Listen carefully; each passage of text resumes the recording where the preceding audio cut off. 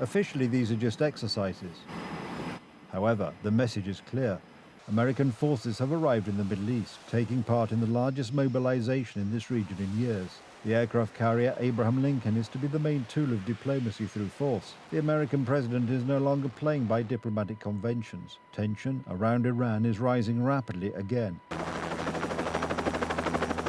Trump compared the current operation to previous actions against Venezuela and warned Tehran that if no agreement is reached, the consequences will be more serious than ever before. He explicitly mentioned the possibility of using force and a next attack, which he said will be much more severe. And in June, we obliterated Iran's nuclear capacity in Operation Midnight Hammer. You saw that. People have been waiting for 22 years to do that, and we were right at the end. They were about a month away from having a nuclear weapon. We had to do it. And by the way, there's another beautiful armada floating beautifully toward Iran right now.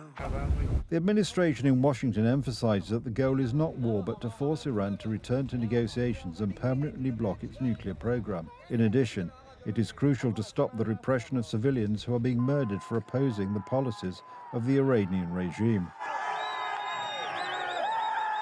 In the thousands for certain. And look, I think regimes, including that one in Iran, have learned that when you start shooting people in the head with snipers, it's effective. I mean, it works, and they've done it, and it's horrifying. And that's what we've seen. That regime is probably weaker than it has ever been. And the core problem they face, unlike the protests you saw in the past on some other topics, is that they don't have a way to address. Today, the European Union is joining the pressure on Tehran.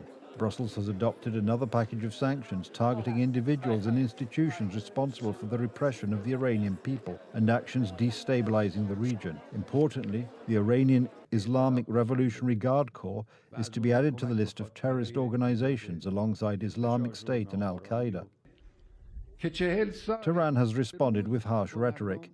Iranian military commanders warn that any attack on Iran will be met with an immediate response targeting American interests throughout the Middle East. Iran also emphasizes that it will not bow to military or sanctions pressure and is seeking allies. A mural with an unambiguous message has been unveiled in the capital.